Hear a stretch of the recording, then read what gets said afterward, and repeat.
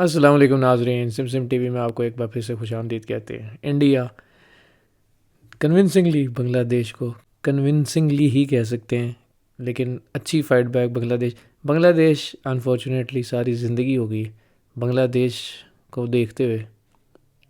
Improve बहुत किया, लेकिन एंड पे यही कहना पड़ता है कि अच्छी fight back, well fought, well done Bangladesh. Bangladesh के पास टैलेंट की कमी नहीं है, किसी के पास भी। मेरा ख्याल है जो खेलने वाला मुल्क है, कंट्री, टैलेंट की कमी मेरा ख्याल है किसी के पास नहीं। इसलिए आज वो टेस्ट प्लेइंग नेशन या इस लेवल पे क्रिकेट खेल रहे हैं। चैंपियंस ट्रॉफी में वेस्ट इंडीज या श्रीलंका नहीं है, बांग्लादेश है। तो it also tells a lot about them. लेकिन बांग्लादेश को मेरा ख्याल है अब इस चैंपियंस ट्रॉफी के बाद अगले वर्ल्ड कप की तैयारी करनी चाहिए।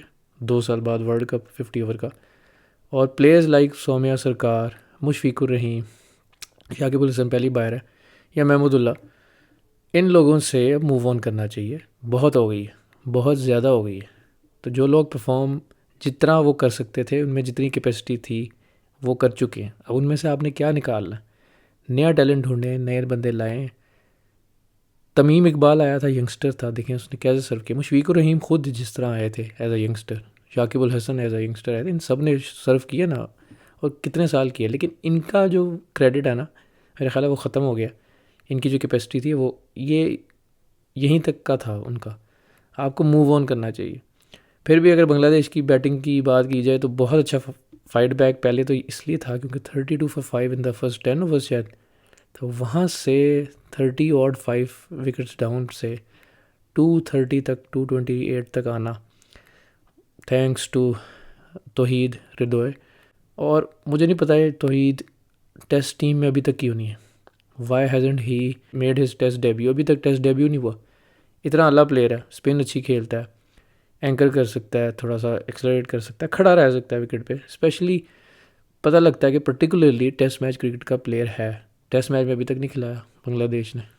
कप्तानी भी अच्छी की उनके कप्तान शंटो ने। बैटिंग में अगर वो 35 शायद ना होते तो मेरा ख्याल है 260 270 अगर होता तो मैच फंस सकता था। लेकिन यहाँ पे भी मैं ये नहीं कहूँगा कि बांग्लादेश जीत सकता था, क्योंकि मुझे पता नहीं क्या बात है कि आपने अगर नोट किया हो, बांग्लादेश की टीम शायद बिलीव ही नहीं करती कि वो जीत सकती है। इवन जब मैच फंसा हुआ था, जब केएल राहुल का कैच ड्रॉप हुआ, उस टाइम भी अगर आप उनकी बॉडी लैंग्वेज देखें तो वो वाली नहीं थी कि वो एकदम टीम पे हावी हो जाएं। जब उन्होंने 2-3 क्विक विकेट्स हासिल की तो उन्होंने इंडिया को, शुभमन गिल को, केएल राहुल को डोमिनेट करने दिया। अब यहाँ पे अगर वो पूरी तरह से उन पे हावी हो जाते और मैच वहाँ से फंसा के ले जाते तो वो बॉडी लैंग्वेज नज़र ही नहीं आई, लग ही नहीं रहा था। ये नहीं, अगर वो केएल राहुल का कैच हो भी जाता तो हार्दिक पांड्या आके मेरा ख्याल है मैच ख़त्म कर देते। बॉलिंग वाइज एक ब्लंडर उन्होंने मारा कि यहाँ तो वो एक एक्स्ट्रा स्पिनर खिलाते, लेकिन मेरा ख्याल है इंजर्ड थे महमूदुल्लाह, उनको कोई इंजरी हुई थी, शायद निकल था, इसलिए नहीं खेले। लेकिन मेरे हिसाब से सबसे बड़ा ब्लंडर जो उन्होंने सिलेक्शन में किया वो ये था कि अपने एक्सप्रेस पेस बॉलर को नहीं खिलाया। स्पेशली उसने जब इंडिया के ख़िलाफ़ इंडिया में टेस्ट मैच में परफॉर्म किया हुआ है, पाकिस्तान के अगेंस्ट, अच्छे टेस्ट प्लेइंग नेशंस के अगेंस्ट अपने आप को प्रूव किया हुआ है, और आपने उसको नहीं खिलाया। कॉम्बिनेशन नहीं बना, क्यों नहीं बना मुझे नहीं समझ आई। हाँ ठीक है, मुस्तफ़िज़ुर रहमान आपका एस बॉलर है, तस्कीन अहमद, लेकिन मेरा ख्याल है कि तस्कीन अहमद की जगह आपको शायद उसको खिला देना चाहिए, क्योंकि ऐसा पेस बॉलर आपको चाहिए होता है। अब देखें, जहाँ 4-5 वहाँ आउट हो रहे थे, जहाँ 3-4 आउट हुए थे, वहाँ पे ये ऐसा एक्सप्रेस पेस बॉलर आपको 1-2 क्विक विकेट्स और लेके दे सकता है, जहाँ मैच इंटरेस्टिंग हो जाता। लेकिन खैर मैच अच्छा बना। फिर भी बहुत क्रेडिट जाता है रोहित शर्मा को। रोहित शर्मा की जो भी फॉर्म हो, टेस्ट मैच में उनको नहीं खेलना चाहिए, रिटायरमेंट ले लेनी चाहिए, उनका वक्त पूरा हो गया, तमाम बातें मेरा ख्याल अपनी जगह पे ठीक हैं। लेकिन वनडे में, T20 से वो वैसे ही रिटायर हो गए, तो वनडे में मेरा ख्याल है कि इंडिया की टीम और फैंस उनको बहुत मिस करेगी जब वो रिटायर होके जाएंगे। और तब रोहित शर्मा की कदर अगर जिसको नहीं है उनको होगी, क्योंकि रोहित शर्मा ने जो स्टार्ट दिया था, अगर वो ना दिया होता तो एंड पे जिस तरह की विकेट हो गई थी सेकंड हाफ में, और स्लो हो गई थी, स्पिनर्स डोमिनेट कर रहे थे और विकेट्स, क्विक विकेट्स गिर रही थी। शुभमन गिल अगर ना खड़े होते या रोहित शर्मा ने वो स्टार्ट ना दिया होता तो मेरा ख्याल है कि things would have been very different. बहुत मुश्किल हो जाती, मज़ीद शायद ना हारता इंडिया, हो सकता है हार भी जाता, लेकिन बहुत मुश्किल हो जाती। तो रोहित शर्मा की इनिंग्स बहुत अंडररेटेड थी उस पिच पे। 113 के स्ट्राइक रेट से वो स्टार्ट देना, 30 ऑट बॉल पे 46, बहुत बेहतरीन इनिंग्स थी। वही जो वर्ल्ड कप में वो करते आए हैं, ही कंटिन्यूड। और शुभमन गिल मैं कहता हूँ क्या बात है, नंबर 1 बैट्समैन बन गए हैं। और बाबर आजम को और उनके हम जैसे बाबर आजम के फ़ैन्स को उन्होंने ये भी बताया कि जो हम चाहते थे, देखिए नंबर 1 बैट्समैन ऐसे मैच फिनिश करता है, उसको ऐसे मैच फिनिश करना चाहिए बड़ा 100 करके, खाली 50 या 100 करके आउट ना हो जाए, मैच फिनिश करे, खड़ा रहे एंड तक। क्योंकि वो जो सेट हो गया बैट्समैन, उससे ज़्यादा बेहतर कौन फिनिश कर सकता है। तो उसकी ज़िम्मेदारी है कि अब वो सेट हो गया तो वो खड़ा रहे। बेहतरीन इनिंग्स, मेरा ख्याल है 8th 100 and third consecutive second consecutive 100 और 4th consecutive 50+ score. Outstanding form में है शुभमन गिल। यहाँ पे मैं बात करना चाहूँगा जी, फास्टेस्ट टू 200 विकेट्स। क्या बात है, क्या ग्रैंड कमबैक इंटरनेशनल क्रिकेट में एट द बिगेस्ट स्टेज और आईसीसी इवेंट्स में भी। एक तो fastest to 200 wickets in terms of balls हुए हैं Mohammed Shami, second fastest joint second fastest in terms of ODI matches वो हैं, फास्टेस्ट इंडियन हुए हैं, अजित अगारकर का रिकॉर्ड तोड़ा 200 विकेट्स। इसी तरह ज़हीर खान का रिकॉर्ड तोड़ा most wickets by Indian in ICC event, 60 wickets हो गई उनकी, 1 विकेट ज़्यादा ज़हीर खान से, एट एन एवरेज ऑफ मेरा ख्याल 12 और 13, इनसेन नंबर्स। और 34 ईयर्स की एज में ऐसा कम बैक करना, जहाँ वो कह रहे थे कि मैं बच्चों की तरह सीख रहा था कि चलना कैसे इंजरी के बाद, तो कमाल परफॉर्मेंस दी है मोहम्मद शामी ने। मैं कहता हूँ, अगर मुझे नहीं नज़र आता कि हमारा कोई फास्ट बॉलर इस तरह इंजर्ड हो जाए इस एज में। मुझे तो लगता है कि आज की एज में 28, 29, 30 में भी इंजर्ड हो जाए शायद इस तरह वापस ना आए, लेकिन 34 में इस तरह का कम बैक करना एट द एज ऑफ 34 और वापस आना और फिर परफॉर्म करना और 5 आउट करना, क्या बात है। मोहम्मद शमी और शुभमन गिल, रोहित शर्मा, सब ने बेहतरीन परफॉर्म किया। विराट कोहली अनफॉर्चुनेटली अपने 14,000 रन पूरे नहीं कर सके, फिर आउट हो गए, लेकिन खैर कोई नहीं, मुझे पता है कि वो इस टूर्नामेंट में कहीं ना कहीं बड़ी इनिंग्स खेलेंगे, बड़ा प्लेयर है वो। रोहित शर्मा ने भी 11,000 रन कंप्लीट किए। बाकी श्रेयस आयर तेज़ खेल रहे हैं, वो अच्छा तेज़ ही खेलते हैं, उस चक्कर में आउट हो गए, कोई बात नहीं। केएल राहुल को हम लोग बड़ा कहते हैं, मैं खुद कहता हूँ कि यार ये पता नहीं क्या कर रहा है इंडिया की टीम में, लेकिन हर दफ़ा वो कहीं ना कहीं से ना गलत साबित कर ही देता है। लेकिन केएल राहुल से बस मेरा ये है थोड़ा सा कि बड़े मैचेस में, जहाँ क्रूशल मैचेस हों, बिग प्रेशर मैचेस सिचुएशन में, जैसे वर्ल्ड कप का फाइनल था, वहाँ पे थोड़ा सा वो चौक कर जाता है। यानी मेंटालिटी मुझे लगता है कि वो थोड़ी सी ना उस तरह की नहीं है जो अल्फ़ा किस्म की, एग्रेसिव किस्म की होनी चाहिए। लेकिन फिर भी आज बड़ा अच्छी इनिंग्स खेली। हालांकि वही बात है कि देखें अगर कैच हो जाता तो फिर केएल राहुल को गालियाँ पड़ती, यहाँ बातें सुनने को मिलती। तो लेकिन ये तो किस्मत है अल्लाह ताला की तरफ से। देखें कैच छोड़ गया, इज़्ज़त मिलनी थी, 40 और नॉट आउट, वो आप बाहर आए हैं। तो उनकी एवरेज वनडे की बड़ी अच्छी है, 781 और 80 और मैचेस। ओवरऑल एक तरह से इंडिया की कन्विंसिंग परफॉर्मेंस। स्पिनर्स ने बड़ा अच्छा परफॉर्म किया, अक्षर पटेल बस ब्रिलियंट, जडेजा भी और कुलदीप यादव भी जो हैं वो ठीक, उन्होंने बेहतर बॉलिंग की, ज़्यादा रन्स नहीं खाए, अगर विकेट्स नहीं ली तो रन्स भी नहीं खाए। लेकिन इंडिया ने हर्षित राणा को खिलाया, अर्शदीप की जगह, मुझे बड़ी हैरानी हुई, क्योंकि अर्शदीप सिंह मेरे हिसाब से इंडिया बड़ा वेस्ट कर रहा है उनको ओडीआईज़ ना खिला के। अभी तक उन्होंने 7-8 वनडे खेले मेरा ख्याल है, और देखें आपने 60-70 या उसने और जो T20s खेले उसमें उसका रिकॉर्ड देखें। वो कमाल बॉलर है, उसको अब जो स्विंग पे जो महारत हासिल हो गई है और जो हो रही है, ये उसकी एज है खेलने वाली। इसको खिलाएं, तैयार करें अगले वर्ल्ड कप के लिए। हर्षित राणा ठीक अच्छा बॉलर है, लेकिन मेरा ख्याल है अर्शदीप सिंह मोहम्मद शमी के बाद मेरी पहली प्रेफरेंस होगी खिलाने में। He should be in the starting 11। अगर बुमराह नहीं है तो ये दोनों को खेलना चाहिए। अगले मैच में हो सकता है पाकिस्तान के अगेंस्ट उनको खिलाएं, लेफ्ट हैंडर का जो एंगल है वो भी यूज़ होगा, बाबर के अगेंस्ट, रिजवान के अगेंस्ट, मुझे लगता है इंडिया खिलाएगा और खिलाना चाहिए। सो ओवरऑल इंडिया की परफॉर्मेंस बहुत अच्छी थी और इंडिया ने अपना खाता खोल दिया। अगला मैच इंडिया का पाकिस्तान से है, और पाकिस्तान की खबर ये है कि पाकिस्तान के फ़खर ज़मान हमारे बाहर हो गए। अब फ़खर ज़मान अनफॉर्चुनेटली बाहर हो गए। वो मोहम्मद हफीज़ ने बड़ी प्यारी बात की थी कल के मैच के बाद कि उस बंदे को तो चैम्पियंस ट्रॉफ़ी आप आज ही दे दें जिसने ये फ़ैसला किया है कि फ़खर ज़मान को चौथे नंबर पे बैटिंग कराएं। शाहिद अफरीदी ने भी कहा था कि यार जब वो बंदा इंजर्ड है आप उसको 7वें 8वें भेजो जब ज़रूरत हो। हफीज़ भी यही कह रहे थे कि भैया आपने उसको क्यों बैटिंग करानी थी इंजर्ड बंदे को।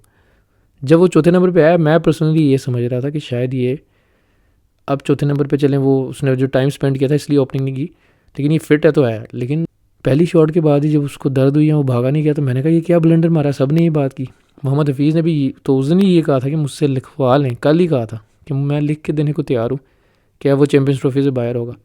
आपने उस मैच को जीतने के चक्कर में जो आप ऑलरेडी तकरीबन हार गए थे, आपने एक प्लेयर की बलि दे दी है, इतने बड़े प्लेयर की। हो सकता है आगे जाके वो आपको मैचेस जिता देता सिंगल हैंडेडली, ऐसा प्लेयर है वो।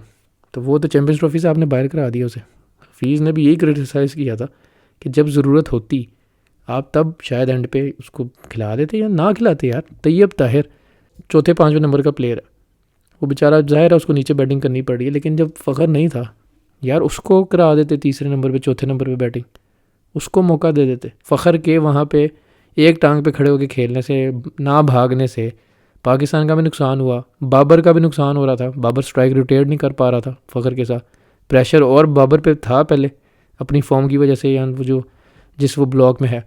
फिर फ़खर की उस स्लो इनिंग्स की वजह से बाबर पे डबल प्रेशर पड़ा, फिर बाबर खुद स्लो खेल रहा था, ट्रिपल प्रेशर पड़ा। आकिब जावेद पर्सनली मुझे बिल्कुल, आप रिकॉर्ड उठा के देख लें लाहौर कलंदर्स का पहले 5-6 सीजन्स का, वो ठीक है बाद में जीते होंगे सक्सेसिव टाइटल्स, लेकिन इवन अभी भी टाइटल्स जीतने के बाद भी और दौरान भी आकिब जावेद की सिलेक्शंस इतनी क्वेश्चनेबल रही हैं कि आपको वहाँ से बंदे का पता लग जाता है कि वो क्या सोचता क्या है। इस तरह की सिलेक्शंस ही पाकिस्तान की टीम में भी अब हो रही हैं, क्योंकि वो भाई साहब हेड कोच हैं। और मुझे अब ये नहीं समझ आई, फ़खर की जगह आपने इमाम को ऐड कर लिया। मज़ीद आपने देखें मुश्किल से 2 मैच और खेलने शायद, क्योंकि उसके बाद मोस्ट प्रोबेबली हो सकता है बाहर हो जाए। बांग्लादेश के अगेंस्ट तो चलें फ़खर ने कर ही, इमाम ने कर ही देना स्कोर अगर खिला दिया। इंडिया के अगेंस्ट उस बंदे का रिकॉर्ड देखें आप, 6 मैचेस खेले इंडिया के अगेंस्ट, 5 इनिंग्स में इमामुल हक ने 60 ऑड रन्स किए हैं, 64, highest of 36, average of 12, strike rate भी मेरा ख्याल है कुछ 60s में, मीडियोकर रिकॉर्ड है।